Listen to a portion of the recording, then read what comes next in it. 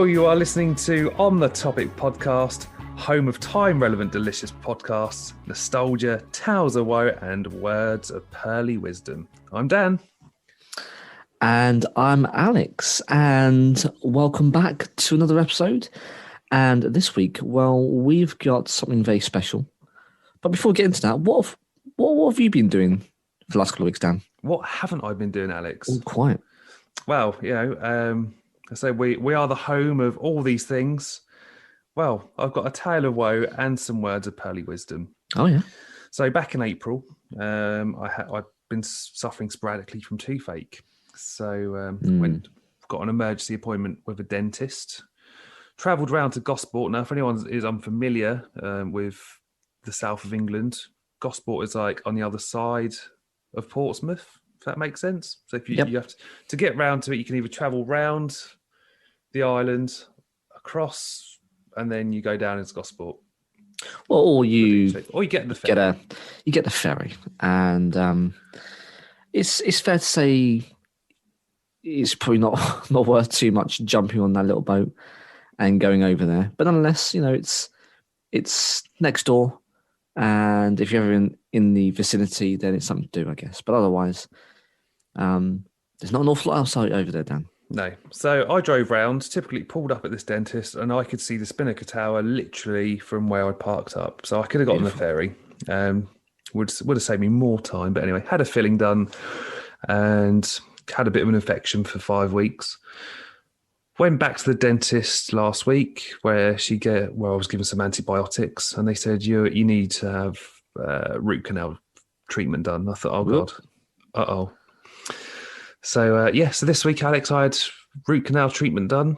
In the middle of next month, I'll be getting a crown put in. Relatively painless, So, despite all these myths and rumours that, having a root canal done is painful, it's not, I assure you. Obviously, I had the pre-jitters. But my dentist, Betty, was very good. She said it looked like it had been a successful bit of treatment. And I'll be seeing you again next month to have the crown put in. But yeah, look after your teeth. And if you do get toothache, do get it looked at straight away. Don't leave it like I did, because it can get worse. And it probably could have got more worse if I hadn't got it looked at. Shout out to Betty. And as a pearl of wisdom about the pearly whites, Dan. These dentists, Alex, they are artists and scientists all in one.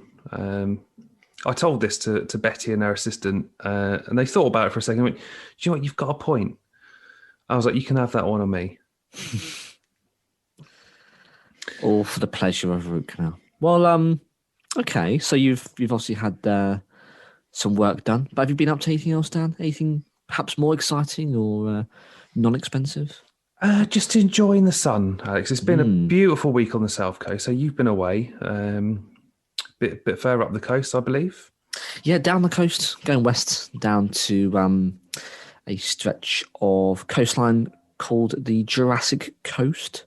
Beautiful. It is beautiful. A UNESCO World Heritage Site. We don't have many of those in the UK, but this is where you could stumble upon a T-Rex tooth, or perhaps any other dinosaur, Diplodocus vertebrae. You get the idea. There's plenty of dinosaurs that have been dug up in that area.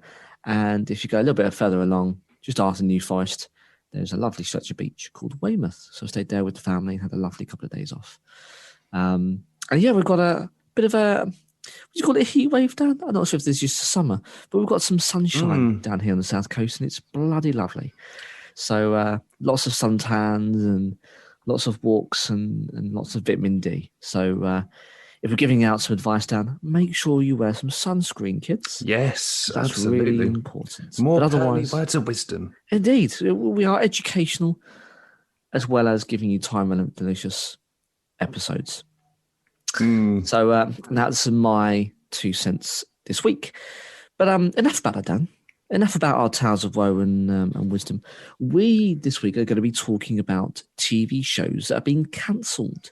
Yes. And it dawned on us, didn't it, a couple of weeks ago, where I think I can't recall where it came from. Was it the pub or somewhere?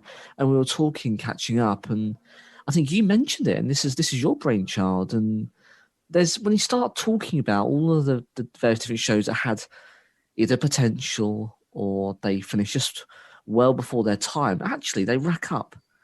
So we thought we'd spend this episode just recounting a couple of our favourites, and thanks to the power of social media, some of yours too. Some And goodies. there are some really good ones. And Dan, who should start first? Should I go first or should you go first? I'll kick this one off first.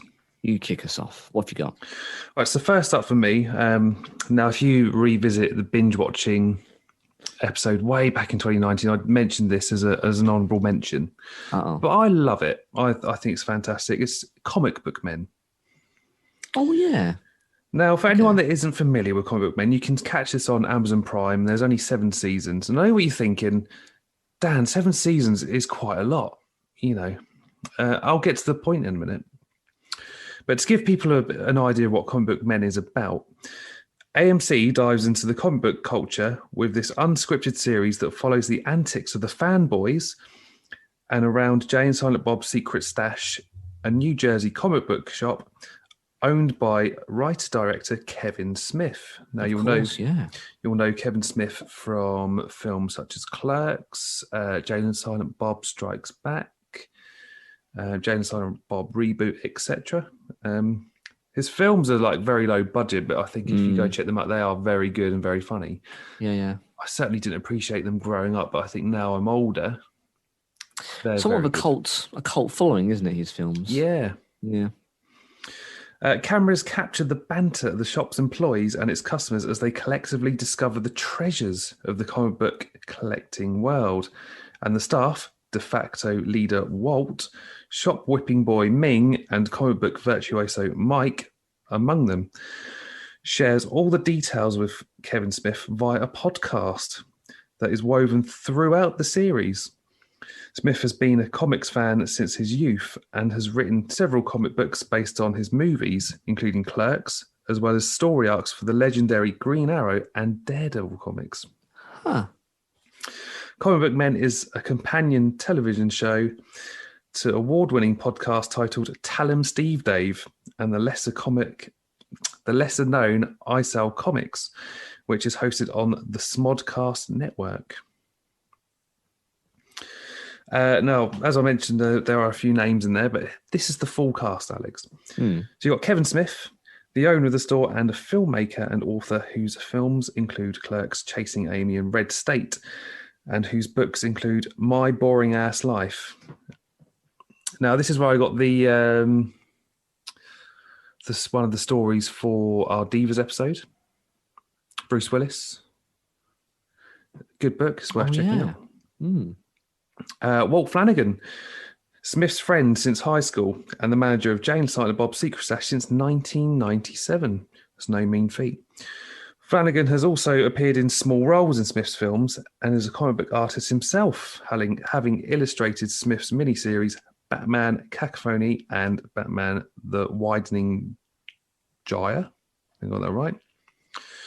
Then you've got Brian Johnson, a long-time friend of Smith's who, while not officially an employee at Secret Stash, can often be found behind the front counter. And this guy's humour is pretty wicked. He will no doubt make you laugh with... It's very, very dry, I guess is the best way to put it. Yeah. You got Mike Zapsik. Zapsik is described as having an encyclopedic knowledge of every issue of every comic known to man, which he utilises at the Secret Stash, and he began working there in 2000. And then lastly, you got Bing Chen. Chen first met Smith through the fan site he created in dedication to Kevin Smith in 1995, which led to Chen being hired to create the View Askew Productions website. Today, he continues to work on all of Smith's online properties and is the technical expert of the Stash. Now, the series ran from February 12th, 2012 through to the 8th of April, 2018. I'd say 7 seasons, 96 episodes. But they had some phenomenal guests on that show that would visit the Stash. You had Stan Lee, Nichelle Nichols, Peter Mayhew, Method Man, Rosario Dawson and Adam West. Now, saying not a lot of these guys are around anymore, No. but just to have these guys talk about pop culture and comic books, it sort of really I suppose it captures that nostalgia of growing up. And that's why I really enjoyed it. And these people know what they're talking about, right, Dan? So it's not just people with their opinions or people who have perhaps, grown up, purchased them. These are people that actually are in the films and they're in the shows and they are creators in their own right. So I haven't seen it myself, but it sounds like quite a good one to watch. It's really good. You get an idea of how much a key issue is. I suppose an example of a key issue would be a Spider-Man comic where the Punisher makes his debut, which is huge, and that comic book sells for hundreds of dollars. But they do good things as well. They helped a gentleman auction off his whole comic books collection, which he'd had from the 60s onwards, just so he could afford to pay his medical bills. Wow. I think it was last year, Alex, we were talking about how expensive medical care is in America. They do some good things as well. It's a good watch. So it's on Amazon Prime. I just wish there was more, but AMC had no interest and didn't bother to renew. But I don't think it got many views when it aired anyway. So, but supposedly it had a good run though, Dan. I mean, six seasons, you say? 7. 7 seasons. That's not bad. How many episodes season roughly? Do you know? I think it's about 16, approximately. So yeah, it's good. Definitely worth checking out. Yeah. So what have you got, Alex? What's your first choice? Yeah, I've mentioned this before, Dan, and this one, I'm not quite sure how it stacks up today, but when I first watched it, I was absolutely mesmerised. It's a little show called Flash Forward. You were talking about this when we went to the pub when we recorded our birthday episode. Yeah, the very same. Now, it stars Sonia Walger and Joseph Fiennes. Ralph Fiennes is perhaps lesser known brother, but still looks the same. Star Trek's John Cho, as well as other things he's been in, of course, and Christine Woods, amongst many others. But they're the leads. And this first aired in 24th September 2009 on ABC US.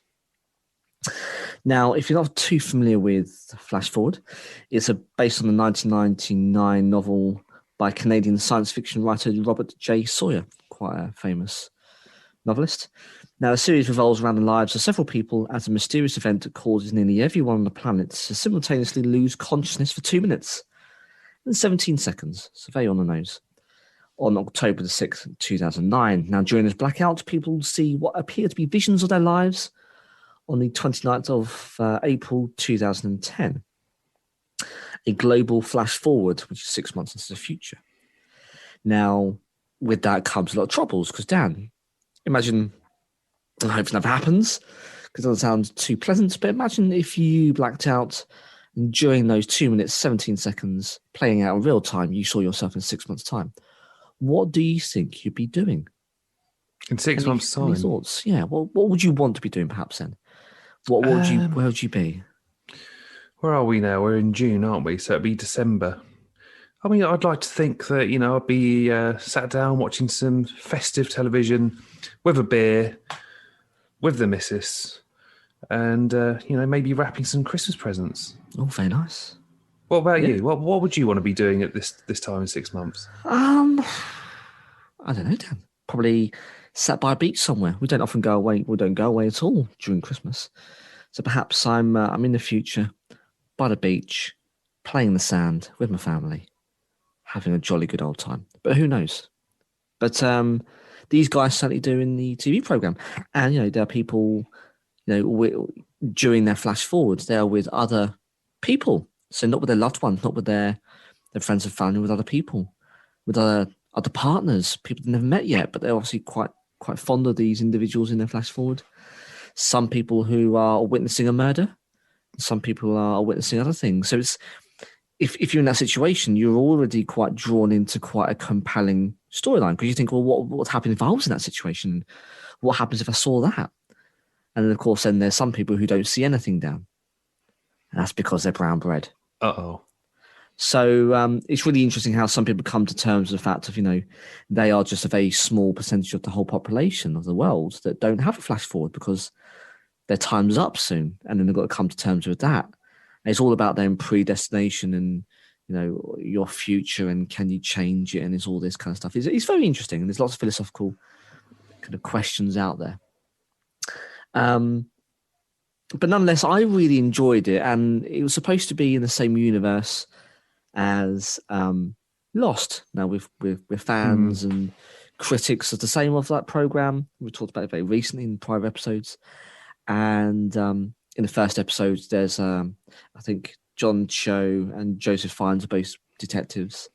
They're both doing a stakeout, and above them in their car is a billboard talking about the flight, whatever it is, from Lost and the airlines. So it's a nod. It's not about it doesn't obviously get lost during the episode. It's not that closely aligned, but nonetheless there are nods and references to the same universe. Anyway, it's very interesting, and it's not a very long run. It's about 8 or 9 episodes.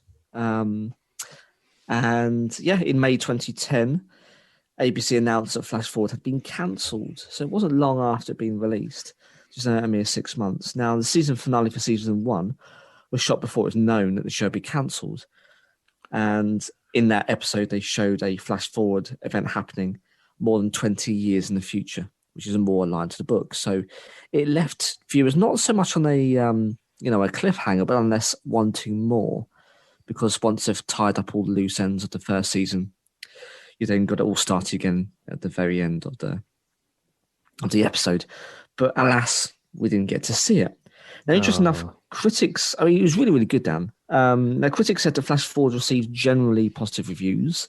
Metacritic, which of course, as it sounds, combines and consolidates all the reviews in the world, or the ones that are meaningful, gave it a score of 72 out of 100. It was not too bad. Now, a couple of people in the world, Tim Goodman of the San Francisco Chronicle, deemed the series enormously entertaining with a tantalizing premise. Whereas New York Times wrote that it begins in such a spirit of bracing suspense that she was challenged to recall another pilot that lured her so quickly into addiction. That being said, on the flip side, Ken Tucker from Entertainment Weekly's graded the series B+, stating that Flash Forward isn't perfect. Much thought has been given to the plot and characters, but not enough to the visuals, and this is one of the most drab-looking of intelligent shows.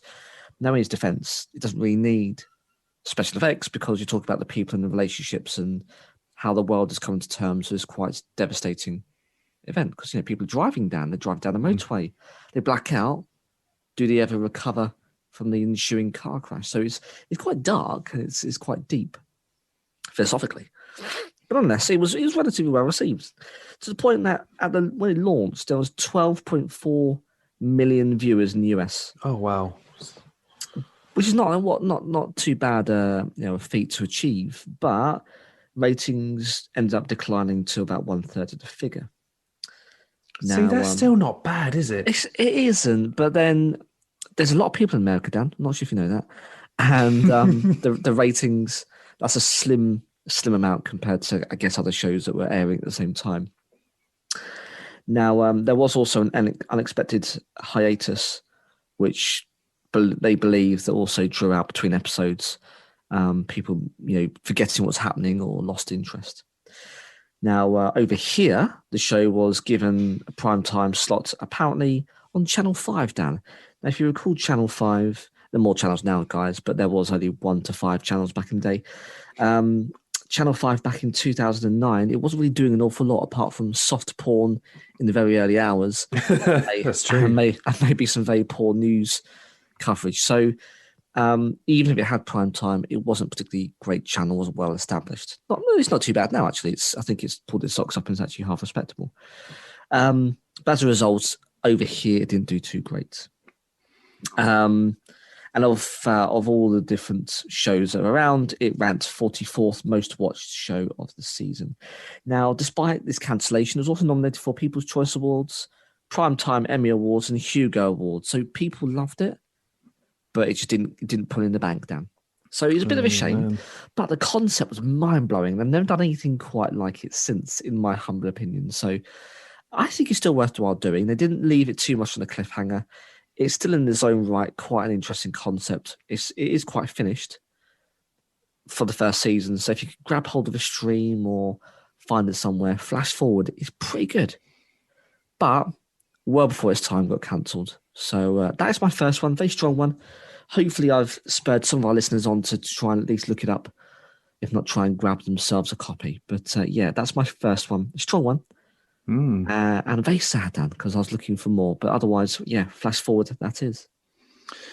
So I've got my next one's sort of very similar, I guess, sort of very Lost-esque. Now I put this on our socials. Alcatraz. Oh, yes.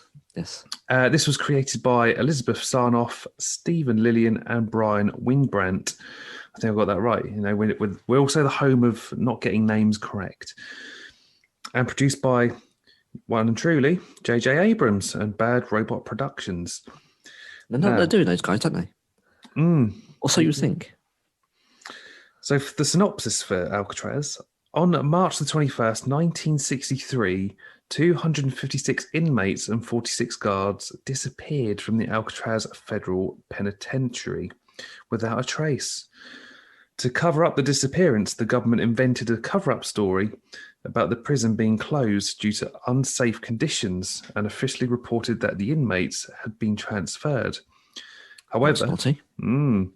However, federal agent Emerson Hauser, a young San Francisco police officer tasked with transferring inmates to the island in 1963, is one of the first to discover that the inmates are actually missing and not transferred.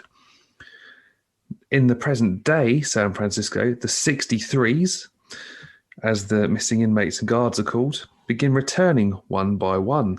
Uh-oh. Yeah, so this is where it gets a bit strange, Alex. Strangely, they have not aged at all, and they have no clues about their missing time or their whereabouts during their missing years. However, they appear to be returning with compulsions to find certain objects and to continue their criminal habits. Even more strangely, the government has been expecting their return, and Hauser now runs a secret government unit dedicated to finding the returning prisoners. This unit was set up long ago in anticipation of the prisoners' returns. To help track down the returning prisoners and capture them, Hauser enlists police detective Rebecca Madsen and Dr. Diego Soto, a published expert on the history of Alcatraz and its inmates. Now, Alex, this cast is actually pretty good, and I'm surprised. Again, this is one of the reasons why I thought it would last longer than a series. But here we are. So here's the cast for you. Yeah. And I think there'll be a couple you'll go, yeah, do you know what? I know that person. First up, we've got Sarah Jones, who played Rebecca Madsen, a San Fran Police Department homicide detective with family ties to Alcatraz. You've got Yor Garcia, who was in Lost. There's Dr. Diego Soto, a PhD in both criminal justice and Civil War history, author of books on Alcatraz, comic book store owner, writer, and artist. Very talented in this series, Alex. Yeah. You got Johnny Coyne, Edwin James, the warden of Alcatraz. Although more tolerant of the prisoners, he has been shown to resort to psychological torture in order to learn crucial information about them. You've got Parminder Nagra, who played Dr. Lucille Banerjee, Agent Hauser's technician / colleague and friend. In 1963, she was known as Dr. Lucille Segupta, who served as a psychiatrist at Alcatraz. You got Jason Butler Harner, who played Elijah Bailey Tiller, the deputy warden of Alcatraz, whose cynical views of the inmates often put him at odds with Edwin James. This is the biggie, Alex. This is the big actor that I'm talking about. I think I know who you're going to say. Sam Neill. Boom. Who you all know from Jurassic Park. Dr. Grant. Indeed. He's also in... sorry, Dan. He's also in Peaky Blinders in the first... Oh, is he? Was it 2 seasons? Have you seen Peaky Blinders, Dan? No, I've not picked it up. Very good. Post World War One gang violence in Birmingham, lesser known Birmingham in that period, based on true gang, but not quite so violent or colourful. He's in that too as a police detective. Very, very good. So Sam Neill is not just brilliant on the silver screen, he's also great on the TV screen. It sounds like he's also pretty good. I hazard a guess and pretty good in this one too, perhaps. Yeah, definitely. I mean, if Sam Neill doesn't sell it to you, then I don't know what will. No.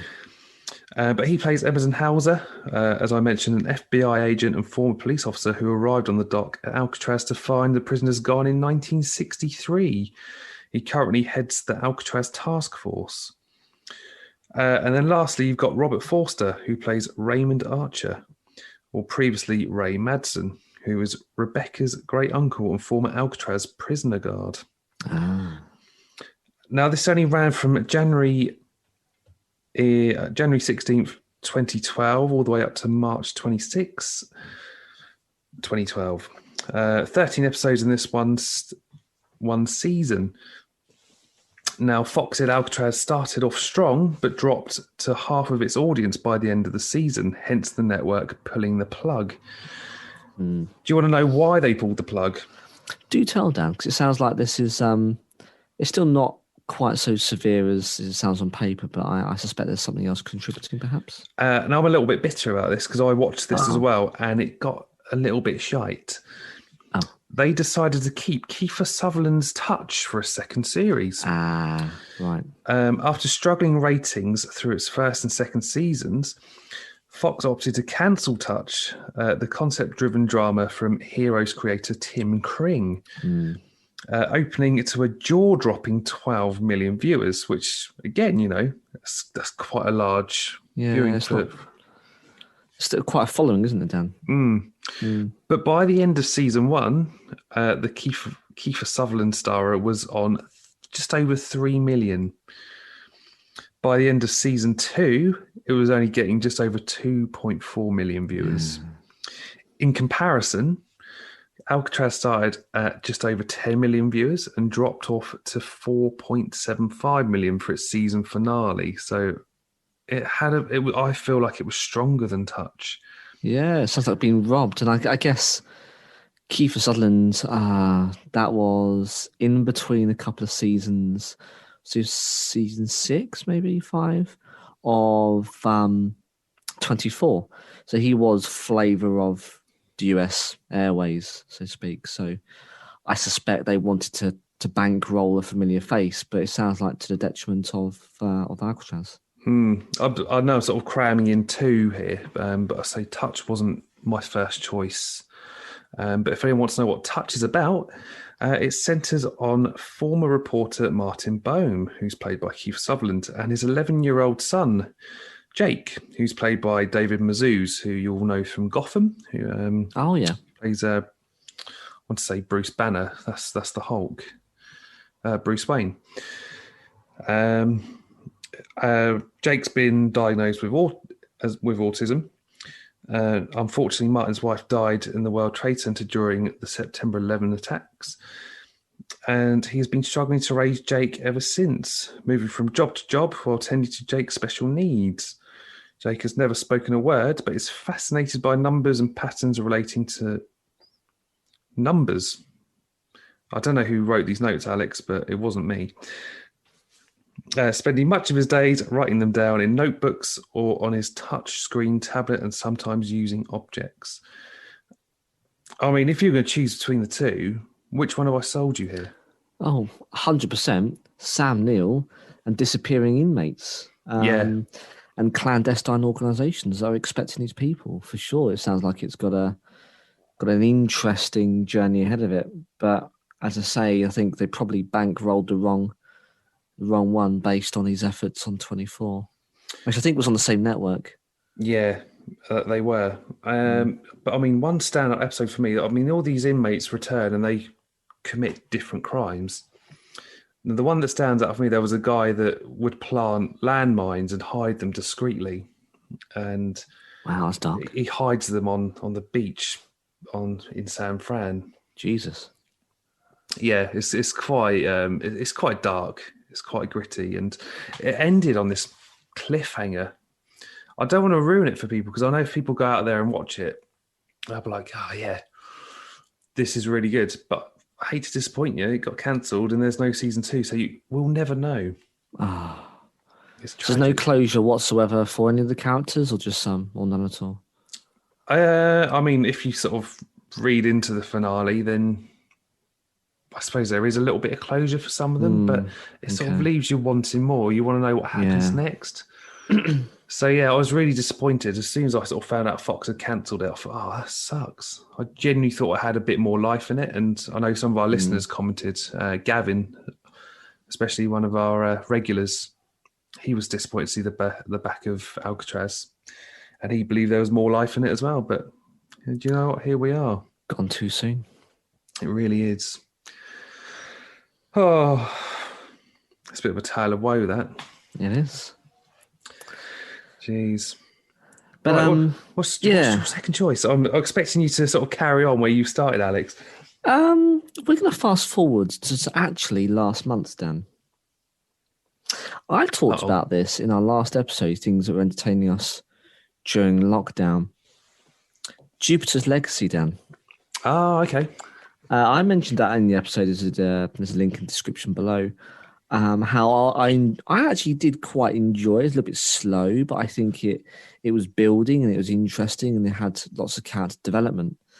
And that's stars, not starring, because it's actually still out there. Still relatively new, just about 5 or 6 weeks old. Josh Duhamel, he's been a number of different things. He's very, very good at this. And my new secret, not so secret, on-screen crush, Leslie Bibb. We've got Eleanor Kampouris and a Matt Lanter. There's been some other bits and pieces like Timeless and the likes. Now, just a bit of a recap if you didn't hear that episode. It's currently a superhero drama series on Netflix that only premiered on the 7th of May. So just over a month, actually, just into the 5th week, 21. Now, it is based on a comic book series by the fantastic and phenomenal mind of Mark Miller and Frank Quitely. Now, behind it is Stephen S. DeKnight, who's done some other stuff as a showrunner. Now, it is all about some individuals that come together as a result of some circumstances back in the Wall Street crash, I believe, of the 1930s in the US. And they end up embarking upon a journey. You don't find this out, by the way, Dan, until the very end of the last episode.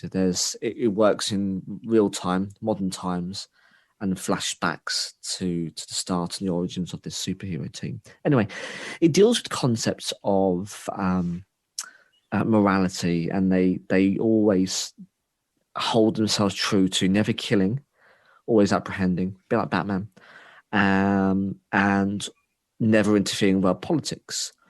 But it comes to a head when one of the supervillains ends up trying to kill them, and he ends up getting unceremoniously ripped apart in bloody fashion, and it sends them all into turmoil about whether or not they're holding true, whether these things should be upheld in modern times. And it flashes back, as I say, to the journey of their origins and where it all comes to a head, where there are double dealings and double crossings, and there's an interesting look behind the veil at the very end of the last episode.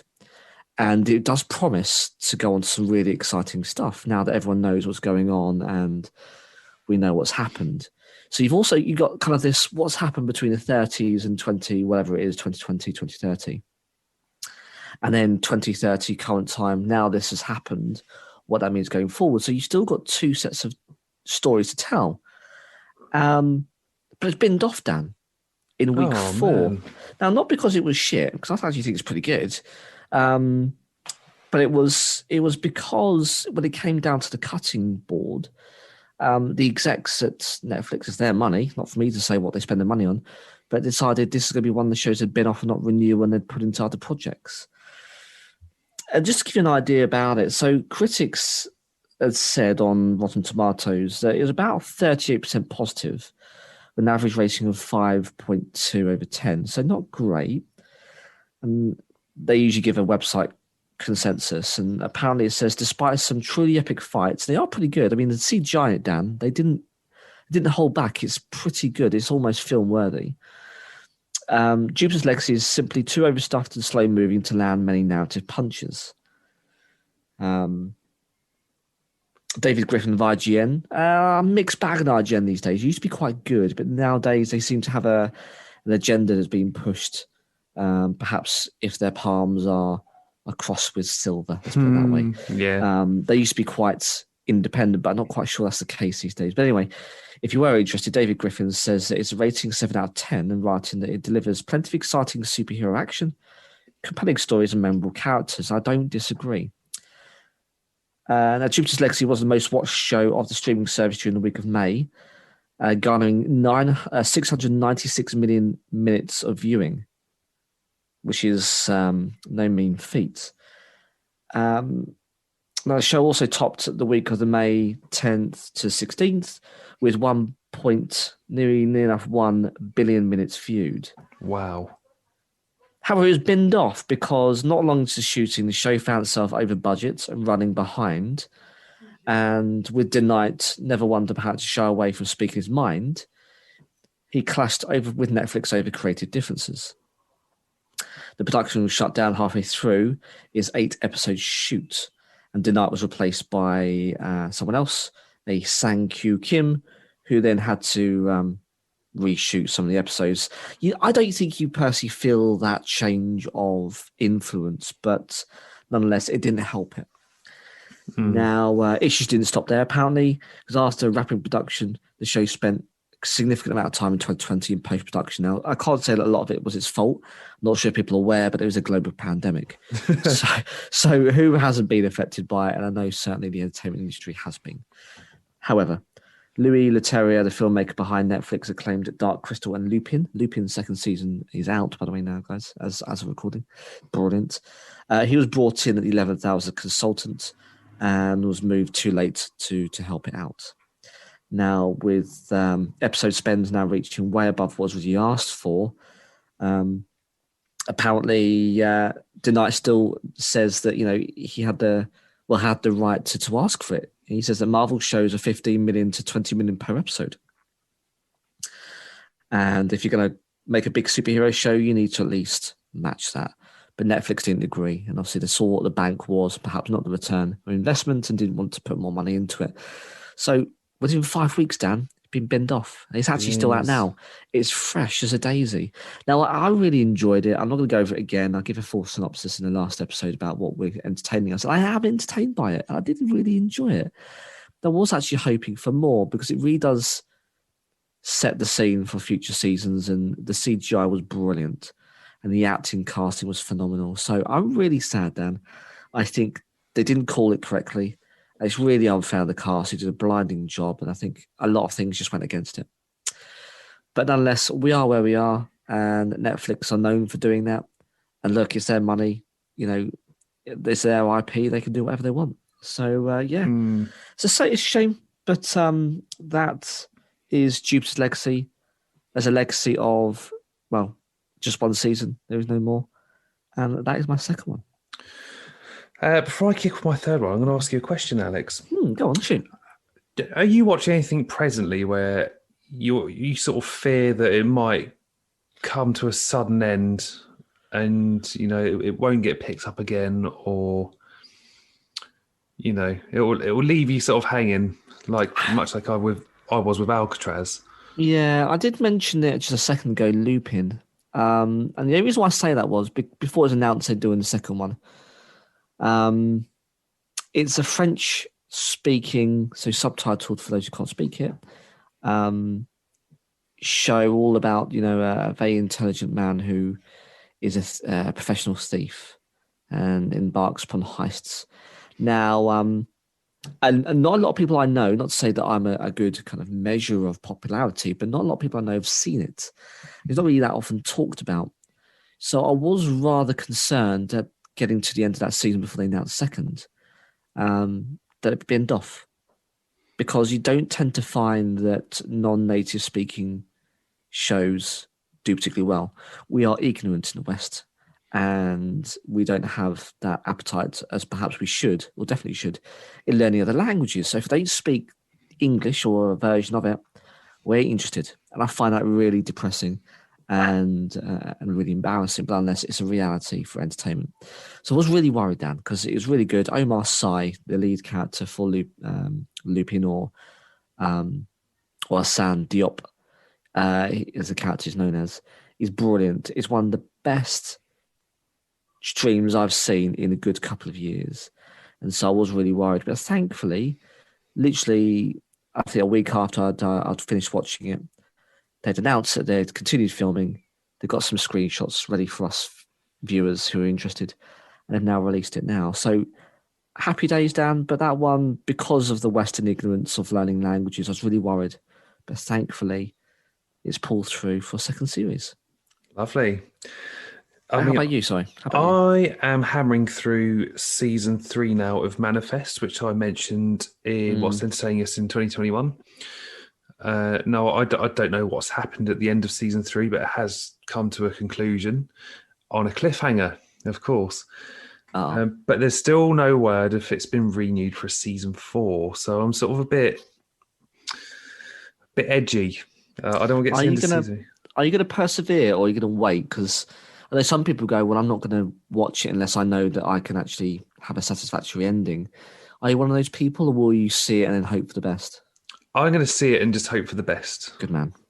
But, you know, there are things that have naturally come to an end, but have been picked up by other things. So, I mean, I'm a big fan of Lucifer, which is part 2 of season 5 just dropped on Netflix a couple of weeks ago. Big fan. But, I mean, that got dropped by Fox. Fans wanted more, and then Netflix ultimately picked it up and carried it on, which I think is great. So there is always hope. I always live in hope that, you know, if there is something that I'm watching, and, you know, someone will come along and rescue it. But who knows? I guess they go off ratings and views, don't they? So if enough people, I guess, watch it, or there are petitions, and sometimes petitions do win out and catch the attention of the studios, and perhaps, you know, we do get those additional series or seasons that we are owed. And I will mention in one of my final shows that were cancelled far too soon, something that had that experience.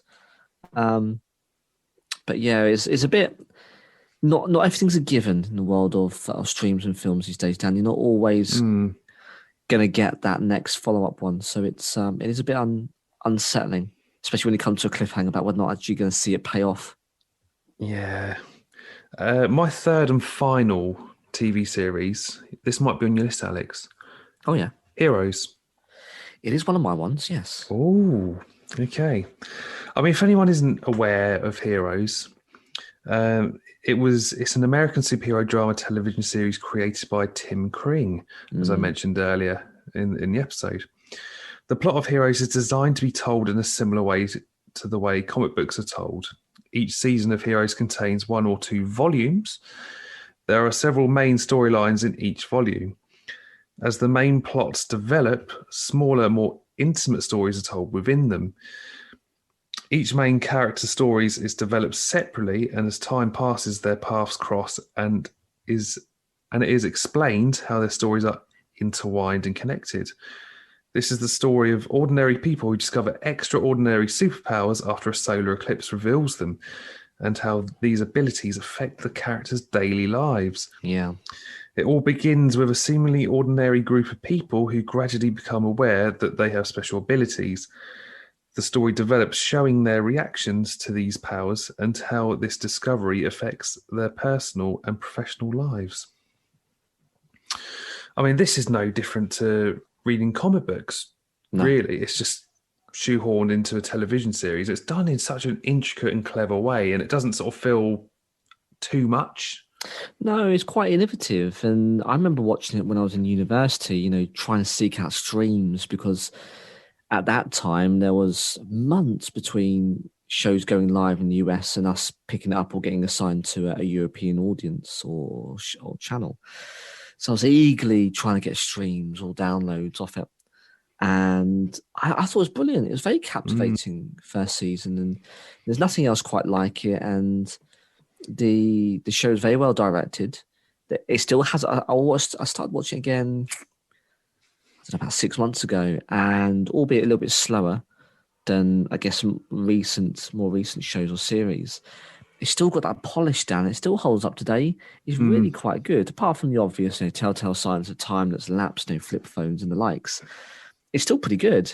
It's still eerie and still has a fantastic story, at least it does in season 1. So it was brilliant. It was very well thought out, and yeah, Tim Kring did a phenomenal job in the early seasons for sure. Because I think it got, unfortunately, I didn't put it into my notes, but I'm sure it got released around 2006, 2007. Yeah, so it ran 25th September 2006 all the way to 4 years later, February 2010. Yeah. 4 seasons.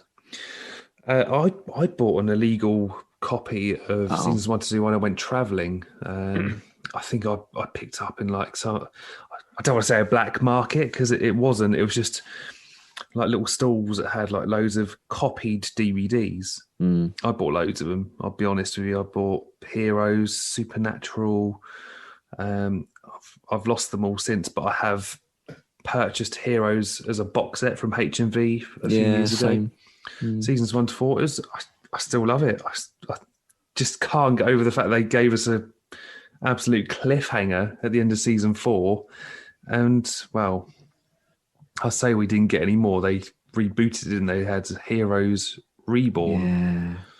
I didn't watch it. It was a very short run. I didn't know, but it was supposed to, I guess, gauge interest about whether or not there's something else out there. But I think due to the period of time, it didn't really have any kind of reference to the first set of season characters. It didn't do a particularly great job. Same as 24. Yeah, I mentioned 24 had 24 Legacy, which didn't have anything to do with Kiefer Sutherland and was, a couple of episodes run of a different character. Just all in name, it was the same, but that was it. Yeah. Critics have said, that the first couple of seasons were quite good. I mean, it garnered an average of 14 million viewers, and much the same for the second one. But by the end, Dan, the Los Angeles Times said even just a half hour in, it's difficult not to wish everyone would just lighten the heck up. The show was once so thrilling a run, had become full of itself, its characters spouting crazy nonsense. And it's true because, albeit you're bought into character development, the brother of Nathan, I can't recall his name, the one who ends up becoming president, ends up doing such a 180 on his character. By season 4, he's unrecognizable, and it's quite a jump between the seasons. So I say we're all in for character development, but it really was quite bizarre, and there was a time jump. And, if I think back about season 1, it was fresh, it was new. Season 2 put it on its head, and there was a couple of different loose ends which kicked off a brand new storyline. Season 3 was okay, it's not bad. Season 4, I gave up, Dan. I never saw it to the end. Yeah, I got to, I think it's episode 3 or 4, and I was like, look, I'm out, because there was quite a period of time between them. The storyline was appalling, and it felt like it was on its final knees. So I agree, but I think it was binned off because the 4th season was just terribly written, and they're on the gravy train. Seasons 1 to 3 were pretty good, albeit a little bit slow at places. But I mean, when you're talking about 23 odd episodes a season, you got a bit of filler in there. Yeah. But the last season just wasn't good, and it let it down at the end. Yeah, do you know what? I'll tell you what really bugged me about season 4. You got Zachary Quinto, who was playing Sylar, and Sylar was a phenomenal villain. Oh, he's one of the best on TV, in my opinion, Dan. Pitting people against the wall with his sort of, I suppose, telepathic powers, and then cutting their pet skulls open, essentially. Well, he's a murderer. He's a serial killer. And that's how he's presented in the show. They don't dress it up. It's almost like a modern day Jack the Ripper, Dan. And it's really quite scary stuff. Yeah. At least it was back then. But then they made him a good guy. Yeah. I mean, we have these conversations all the time. We were talking about Hawkeye and Endgame. He turned into a cold-blooded killer. And, after everything's fixed and done, that's it. He's gone back to family life like nothing's happened. Yeah, guys, I've had 5 years of hell, and I've seen and done things which I've had to turn into a vigilante, and I've done all these things. But hey, got my family back, so everyone's called it now, right? No. So yeah, it's there are some missteps when they start dabbling with characters and jumps in time, and yeah, that was one of them. Yeah. Do you know what? I might revisit Heroes. Really Get good. the old box set out, dust it off. Season 3 wasn't the greatest, but that was one of those series where, you were talking about trying to find the streams when you're at university. I was in a very much similar position in 2008 to 2009. Where can I get the latest stream? Like, me and my flatmates would all watch it. It was always a good time on a Tuesday night. Indeed. Yeah, and some great casting. So you mentioned Zachary Quinto, but we've got Hayden Panettiere and Milo Ventimiglia. I can't really pronounce that. Apologies, Milo. Ali Lata and others. And the casting is brilliant. I don't think there's anything wrong with the casting. No. Production was spot on. The writing for at least 2 seasons are pretty good. And production value was spot on. No expense was spared. But by the end, it wasn't enough. But I mean, it was nominated for Primetime Emmy Awards, Golden Globes, People's Choice Awards, and even the British Academy Television Award. So people were appreciating it, but I think it just ran its course in the end, Dan, which is a shame, because if you scrap season 4, it actually had a decent outlook. I mean, would you be interested if they tried to right some of those wrongs and redo it again? Not necessarily a reboot, but did something with the same universe? Would you watch that? Yeah, I probably would. So I haven't seen Heroes Reborn, but I don't know if there's enough in it to interest me to pick it up. Yeah, I'm not sure. No. But I mean, some of these actors and actresses didn't really go on to further their careers, which is a shame. But I know Greg Grunberg, who played Matt Parkman, he went on to be in a couple of things. I know he was in a Star Wars film very briefly. Yeah, two of them he showed up. He was an X-Wing pilot. And of course, Zachary Quinto went on to the other rival franchise, Star Trek, as Spock. So there were the odd breakaways, but you're right. I mean, some had fledgling B-movie roles, but yeah, they didn't quite get the lofty successes of the franchise of Heroes. One that surprised me was Hayden Panettiere. Didn't really go on to do much, but she basically ended up dating a boxer that was like 4 times the size of her. Vladimir Klitschko, I believe his name was. Yeah. Not together anymore, but I think they had a child together. How do you end up with someone that's 4 times the size of you? I don't... Yeah, anyway, we digress. We do. So what's your final choice, Alex? Yeah, this one again. Sorry, guys. I have mentioned this before, but I do truly believe it's binned off way before its time. Designated Survivor, Dan. I started watching season 1. It's really good. It's brilliant. But I need to pick it up again. Yeah, I would. I'd persevere once you get through your other stuff, because I know we've both got back catalogues and new content out. But I mean, I was never really interested in that kind of whole US political drama type thing. You know, my family grew up on West Wing, and other shows around lawyers and that kind of stuff. But I was never really interested. Perhaps I was too young. This one, I think is quite approachable to people. People perhaps don't quite know anything about US politics, because actually the storylines are very simple to get on for simpletons like ourselves. And those perhaps not quite familiar with, the run-up of elections and the investments and the campaigning and the issues that could arise. But it stars Kiefer Sutherland, the aforementioned, Italia Ricci, Maggie Q. I don't think she's particularly, excuse me, a great actress, but nonetheless she's in it. And I think the very, very talented Aidan Canto. He's not very well known, but he takes one of the lead roles as advisor and chief of staff, and he's brilliant. But if you're not quite as familiar with Designated Survivor, well, it's an American political thriller. It's a series created by David Guggenheim that aired first on ABC and then on Netflix. Netflix, at least in Europe or in the UK, bought the rights to distribute it. So actually, we've always ever known Netflix, but Netflix owns the third and final season. Now, the premise is that Keith Sutherland stars as Thomas Kirkman, and he ends up being an independent, so he's not part of the Democrats or Republicans. He's a very not well-known politician in this universe, and there's an interesting bit of legislation down, which is if there's something memorable or historic that is passing in Congress where they all convene, there's at least one member of the cabinet that is locked away in a bunker, nominated, designated survivor. There's a terrorist attack down, and everyone in the government perishes, all apart from this well unknown, I think he's a head of agriculture or some lesser known role, Thomas Kirkman, and he ends up immediately becoming sworn in as president and having to then respond and lead the country out of that situation and on the brink of war, all the way through then to other things that throw up as the president. It's interesting, you think, well, what would happen if I was that person? And Kiefer Sutherland, I'm not saying that he carries it, but he does very well in that role.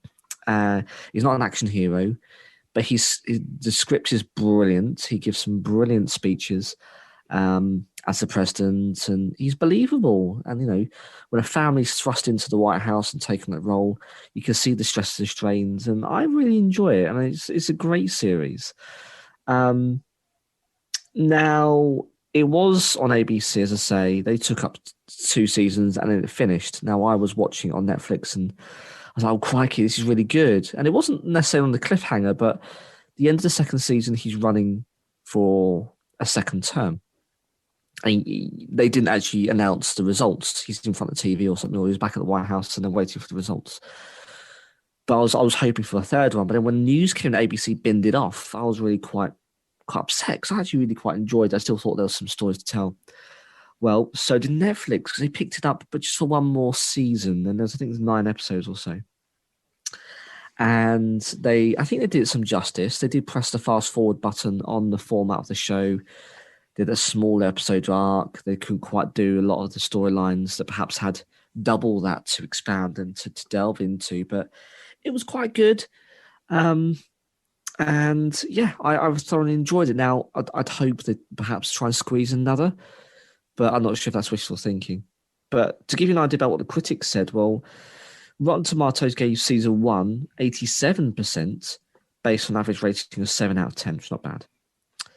And the consensus reads that Kiefer Sutherland skillfully delivers the drama in the series, a fast-paced, quickly engrossing, escapist political action fantasy, which sounds really boring, but actually really, really captivating. With a score of 71 out of 100 based on 35 reviews. Now, season 3, however, it still had a half-decent rating, Dan, but it was 67%. And many felt that Netflix moved the show to the left politically, taking away the sense of balance and neutrality that President Kirkman was known for in the first 2 seasons, which made the show stand out from other political dramas on the network television. And others criticised the sudden overabundance of extreme vulgarity once the show went from network on ABC television to streaming on Netflix. Don't disagree, but I think it's a different platform, so they can do more things. Now, it's binned off, Dan, because whilst we don't know how many people were tuning into it, because actually haven't really given too much away in terms of figures, it's Netflix, they don't. Sutherland revealed that during a conversation with Simon Mayo on Scala Radio, the viewing figures weren't the central issue. He says, I don't think season 4 is going to happen. Boo. We had an amazing experience on Netflix and a kind of freedom that was wonderful. But the reality is, because the contracts are so complicated and different from network television to Netflix, they didn't book a lot of the actors who were on the show and they took other jobs. At least I don't blame him a second for that. I think he also was co-producer of the second and third season. So I think doing a season 4 would be very complicated and difficult. I think it's time for us all to go and find something new to do. And so he did, and he's actually got an album out, and I think he's a country singer. He's actually very good. Oh, wow. But yeah, hopes aren't quite there for season 4.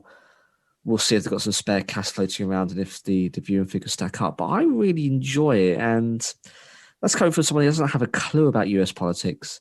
It's actually pretty good. There's some really good storylines, overarching, and you could pick up an episode and kind of see it from start to finish, and that's what I quite like. Very approachable, 45-minute episodes. So look, we want to try something new. Kiefer Sutherland's brilliant. The casting's phenomenal.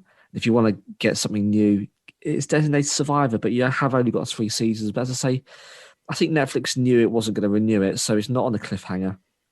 It does come to some kind of conclusion with the door a little bit open.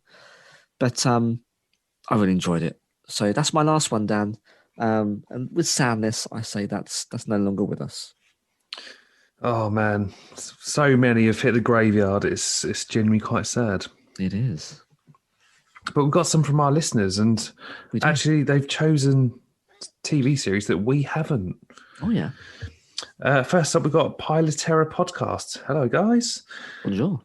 They chose Constantine and Better Off Ted.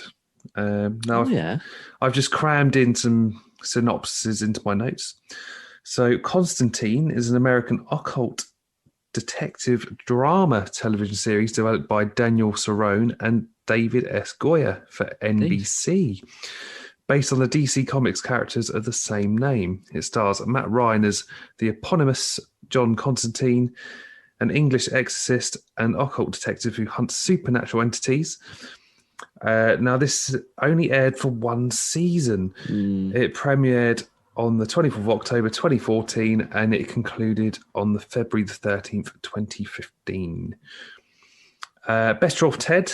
Better Off Ted focuses on the protagonist, Ted Crisp, played by Jay Harrington, a single father and the well-respected and beloved head of a research and development department at the fictional soulless conglomerate of Viridian Dynamics. Ted narrates a series of events by regularly breaking the fourth wall and directly addressing the audience as the show's on-camera narrator. Now, this only ran between 2009 and 2010. Very Deadpool or very Malcolm in the Middle, I guess, if you're breaking the fourth wall. Yeah. And then last up, we've got Leighton, who chose El Dorado. Now, we're going way back to the 90s here, Alex. Yeah, Jesus. This is BBC, no? Yes, you're right. Yeah. For anyone unfamiliar with El Dorado, especially those that aren't necessarily au fait with BBC TV series. Fair Isles of the British people. I really enjoyed it. Good shout, actually. This is firing my synapses, and these images are flooding back. Tell us, Dan, what's all about El Dorado?